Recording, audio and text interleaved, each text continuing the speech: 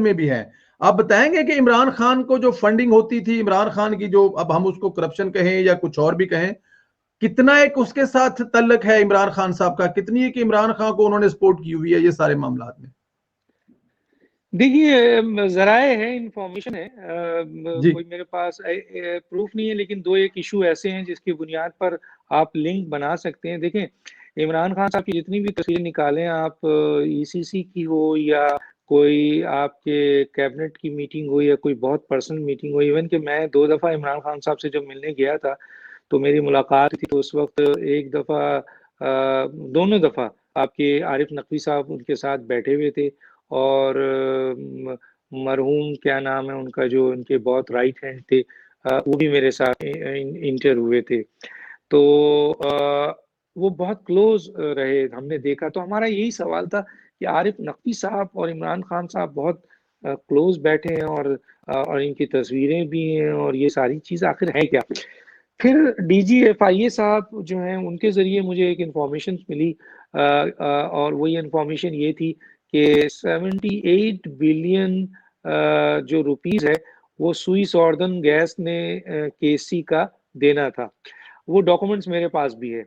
अच्छा, वो देना था, तो उस सिलसिले में इंक्वायरी FIA कर रही थी। तो बकौल DG साहब के कि जी उन्होंने उनको बुलाया इमरान खान साहब को, और इमरान खान साहब ने उनको बुला के कहा कि आप इनके खिलाफ जो है वो ये नहीं करेंगे, आप इंक्वायरी नहीं करेंगे। तो उन्होंने कहा कि सर ये इंक्वायरी तो पब्लिक फंड है, और जाहिर है सुई सॉर्दन गैस का 78 है, हालांकि उसकी सही शायद थी वो 25 बिलियन थी, लेकिन इंटरेस्ट लगते लगते 7, अब शायद 100 से भी बढ़ गया है। तो उन्होंने कहा कि ये तो नामुनासिब होगा, क्योंकि जाहिर है बशीर मेमन साहब, ये DGFIA बहुत ही मेरिट के आदमी थे, उन्होंने उनके सामने रखा कि सर ये तो पब्लिक मनी है और ये तो देना है इन्होंने, और इसकी इंक्वायरी भी चल रही है। उन्होंने कहा कि जी मैं आपसे कह रहा हूँ कि बिल्कुल बंद कर दें। उनका कहना है, ये आप, वो भी मौजूद है, आज पूछ सकते हैं, और मैं कोड भी कर रहा हूँ उनको। और दो लोग बैठे हुए थे, प्राइम मिनिस्टर के एक बहुत ही करीबी बैठे हुए थे, मैं उनका नाम अभी कोड नहीं कर रहा, और FIA के भी दो लोग बैठे हुए थे। तो इमरान खान साहब ने कहा कि जी आपको नहीं पता आरिफ नकवी ने हमें कितनी फंडिंग दी है, हमें बहुत फंडिंग दी है। तो ये इससे साबित होता है कि फंडिंग मिली। अब आगे आते हैं, आगे ये है कि जो DGFIA ने कहा कि सर फंडिंग तो मिली होगी आपको, लेकिन मेरा काम तो, मैं तो पब्लिक का वो हूँ, नौकर, तो मुझे तो ये करना, और ये बड़ा लीगल काम है, आज नहीं तो कल, कल जो हुकूमत आएगी वो ये उठा लेगी, ऐसे आप नहीं किया। तो कहने लगे जो मैंने आपसे कह दिया आप जाएं। तो खैर वो चले गए। उसके बाद फिर जब SCCP को और PSO को एक लेटर, जो मेरे पास भी है, वो लेटर उन्होंने लिखा, और उसकी वजह उन्होंने बताई कि जब वो लेटर चला गया उनके पास, क्योंकि शंघाई जो है वो KSC को टेक ओवर कर रही थी, उसको खरीद रही थी। तो अगर ये लेटर ना लिखते हैं FIA, तो कल जो टेंडर होता उसमें शंघाई को जब ये नहीं पता चलता कि इसको 78 रुपए, 78 जो है वो अरब रुपीस जो है वो लाइबिलिटीज है इनकी, तो वो उसको देख के एग्रीमेंट करते। तो अगर वो नहीं शामिल होता तो वो एग्रीमेंट हो जाता, जिससे शंघाई से कल अगर 78 अरब रुपए सुई सॉर्दन मांगते तो वो नहीं देते, कहते ये एग्रीमेंट में आपने बताया ही नहीं, बिल्कुल सही बात है। और दूसरी तरफ KSC जो है वो अपने 78 अरब रुपए जो है वो डस्टबिन में डाल के चली जाती। तो उन्होंने कहा ये तो बहुत बड़ा लॉस होता है, तो मैंने सर इसको तो मैं रोक नहीं सकता हूँ। तो उस सूरत हाल में उन्होंने उस वक्त भी नाराजगी का इजहार किया, और फिर आपको पता है उनको फारिग भी कर दिया गया। ठीक है, तो सवाल ये पैदा होता है कि फिर मुझे एक बहुत ही अहम जराये से ये पता चला है कि आरिफ नकवी साहब ने कुल कितनी अमाउंट जो है वो दिया होगा। तो मेरे पास वो किसी साहब ने, बहुत ही अहम शख्सियत है, उन्होंने टेक्स्ट मैसेज भी छोड़ा है, और मुझे बताया है कि जनाब $67 मिलियन जो है आरिफ नकवी साहब ने दिया है। और ये बात किसने कोट की है? ये आरिफ नकवी के एक ब्लड रिलेशन, बहुत ही करीबी ब्लड रिलेशन ने कहा कि जिन्होंने इमरान खान को ये फंड दिया है। तो सवाल ये पैदा होता है कि इमरान खान को ये फंड मिला है, नहीं मिला है, लेकिन ये बात कही गई है। और फिर उसके बाद आगे बढ़ के उन्होंने कहा कि इसके एवज इमरान खान ने आरिफ नकवी से वादा किया था कि वो उनको फाइनेंस मिनिस्टर बनाएंगे और उनको वजारत खजाना देंगे। ये बात मैं नहीं कह रहा, और मैं बता भी रहा हूँ कि मुझे एक बहुत अहम जराये से पता चला है, और वो अहम जराये जो है उनको जो बताया गया है वो बताया गया उनके ब्लड रिलेशन ने। और उस ब्लड रिलेशन ने उनको ये बताया कि जी $67 मिलियन डॉलर दिया। अब आरिफ नकवी ने और कितना दिया है वो तो बात की बात है, लेकिन $67 मिलियन कोई छोटी रकम नहीं है, बहुत बड़ी रकम है। तो अब सवाल ये पैदा होता है कि ये बातें सामने अब आ रही हैं, और अभी यूके वालों ने, यूके में जो कुछ भी हुआ, इन्वेस्टिगेशन हुई, बहुत कुछ उसमें आया होगा, और फिर वहां पे भी टेलीफोन उन्होंने दिया, तो आपको पता है कि जी प्राइम मिनिस्टर का नंबर दिया था आरिफ नकवी ने। तो आरिफ नकवी साहब दे सकते थे, अपने बच्चों का दे सकते थे, अपनी डायरेक्टर्स का दे सकते थे, अपने दोस्त, किसी और दोस्त का दे सकते थे, किसी का भी दे सकते थे, लेकिन अगर उन्होंने प्राइम मिनिस्टर का दिया, इसका मतलब है उनके साथ बहुत क्लोज रिलेशनशिप उनकी रही है।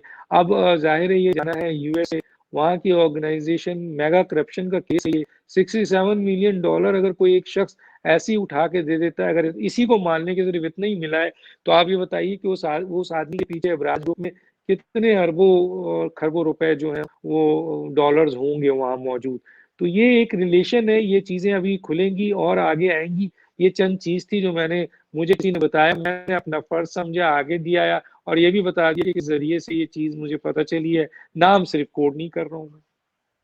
बिल्कुल ठीक। डॉक्टर साहब, अमेरिका में जो लॉज है ना, उनमें हर जगह पे कोई ना कोई दा दपा लग जाता है, लेकिन चैरिटी के जो पैसे हैं ना, उन पे कोई कॉम्प्रोमाइज नहीं किया जाता। बहुत सख्ती है, हम जानते हैं, यूरोप में रहते हैं, इस पे माफी नहीं मिलती। तो हो सकता है कि अभी जाहिर है, अगर वो अमेरिका, अभी तो उनको वो किया है, अब वो यहाँ पे अपना उनको वो अब कब जाएंगे, भेजा जाएगा या उसके खिलाफ कोई यहाँ पे हो जाएगा, लेकिन जाएंगे तो अमेरिका में शायद ये वाला केस भी उनके सामने रख दिया जाए। डॉक्टर साहब, थोड़ा सा आगे चलते हैं। ब्रॉडशीट में आए रोज नई कहानी सामने आ रही है, और ये मामला कब तक चलेगा? नैब के साबिक जो प्रोसिक्यूटर थे फारूक आदम ने लंदन की अदालत में इतराफ किया कि मियां नवाज शरीफ के खिलाफ $1 अरब की करप्शन की बात क्या सराहियां थी।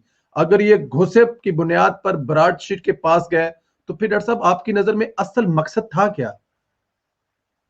देखिए, ब्रॉडशीट का जो भी केस है, उसमें तो इतनी स्टेटमेंट आ गई है कि उसमें जो है वो कानूनी तौर पर कहा यह जाता है कि इसमें तो जो एप्लीकेंट होता है, यानी जिसके ऊपर, जिसकी इन्वेस्टिगेशन करने के लिए ये सारा कुछ हुआ, और इतने बड़ी रकम जो है पाकिस्तानी अवाम की जो है वो डुबोई गई है, तो वो चीज़ तो सामने आ जाएगी कि भाई उनको जो है वो, अब आप उनको किस बुनियाद पर क्योंकि चीजें खुद इनके अपने लोगों ने डिक्लेयर कर दी है। एक तो ये चीज है। दूसरा ये कि ब्रॉडशीट के ऊपर जो कमेटी बनाई है, वो कमेटी आप किसको बना रहे हैं? मतलब एक ऐसा शख्स जो कि परवेज मुशर्रफ साहब के दौर में जो है वो डिप्टी प्रोसिक्यूटर जनरल थे, और उनको ये टास्क दिया गया था कि मियां नवाज शरीफ के और दूसरे लोगों के खिलाफ इन्वेस्टिगेशन करें। ये उनको टास्क दिया गया था, और ये वही जस्टिस अजमत साहब हैं जिनकी बुनियाद पे करोड़ों डॉलर रुपए जो है ना वो पाकिस्तान का जाया हुआ। ये वही अजमत सईद साहब हैं जिन्होंने पनामा केस के ऊपर जो व्हाट्सएप मैसेज का मसला हुआ था, इसमें भी वो इन्वॉल्व है। ये वही अजमत सईद साहब हैं जिन्होंने अटॉर्नी जनरल अशरफ राव को फोन करके जो है वो ये कहा था कि तुम्हें ये इस तरीके से ये केस लड़ना है तो लड़ो, नहीं तो जाओ। इसी तरीके से उन्होंने जो सजा दी दानियाल को, बहुत सारे फैक्टर्स हैं जिसकी बुनियाद पे साफ जाहिर होता है कि अजमत सईद साहब एक मुतनाज़ा शख्सियत है इन केसेस के हवाले से। अब सवाल पैदा होता है कि एक रुकनी कमेटी, और वो भी अजमत सईद, जिसके ऊपर एतमाद नहीं है, जिनके खिलाफ इन्वेस्टिगेशन हो रही है, और अपोजिशन को नहीं है, किसी को भी नहीं है इसके ऊपर एतमाद, तो वो क्या मुतनाज़ा शख्स वो क्या इंसाफ कर सकेगा? क्यों उनको लाया गया, क्या मकासद है उनको? मैं तो समझता हूँ अजमत सईद साहब की अगर थोड़ी बहुत भी अपनी रिस्पेक्ट रखना चाहते हैं, हालांकि पनामा केस में और दूसरे केसेस में क्वेश्चन उठ गया, साकिब निसार जैसी शख्सियत अदलिया के लिए बहुत बड़ा एक स्याह वो बने, इसी तरह और भी माजी में लोग बने हैं। तो आपके ये जो अजमत सईद साहब हैं, मुझे नहीं अंदाजा होता है कि अगर मैं अजमत सईद साहब की जगह होता तो मैं इस वक्त कंट्रोवर्शियल इस इशू के ऊपर, जिसमें मैं मुतनाज़ा ऑलरेडी मौजूद हूँ और इस्टेब्लिश हो चुका है और लोग एक्सेप्ट करने को तैयार नहीं हूँ, मैं तो विड्रॉ कर देता। लेकिन वो अभी भी खड़े हैं अपनी जगह पे, और वो ये मुकदमा मसलन इंक्वायरी करना चाहते हैं, तो इसका मतलब है पीछे कोई ना कोई जो है वो एजेंडा है। क्योंकि ये एजेंडा नहीं होता तो अगर सिर्फ इंक्वायरी होती तो एक आदमी अपने ऊपर इतना हर्फ लेने को तैयार नहीं होता, वो विड्रॉ हो जाता, और वो आदमी कभी मुंसिफ नहीं बन सकता जिसके ऊपर इतना मुतनाज़। तो वो क्या इंसाफ देगा? ना उसको अपोजिशन एक्सेप्ट करेगी, ना मीडिया एक्सेप्ट करेगा, ना पाकिस्तान की अवाम एक्सेप्ट करेगी। तो आप इंक्वायरी करा के क्या चाहते हैं? ये इंक्वायरी सिर्फ एक तरीके से एक एजेंडे को पूरा करने के लिए किया जा रहा है, कुछ लोगों को रिलीफ देने के लिए किया जा रहा है, इसके अलावा कुछ नहीं है। बिल्कुल ठीक है, बिल्कुल ठीक है।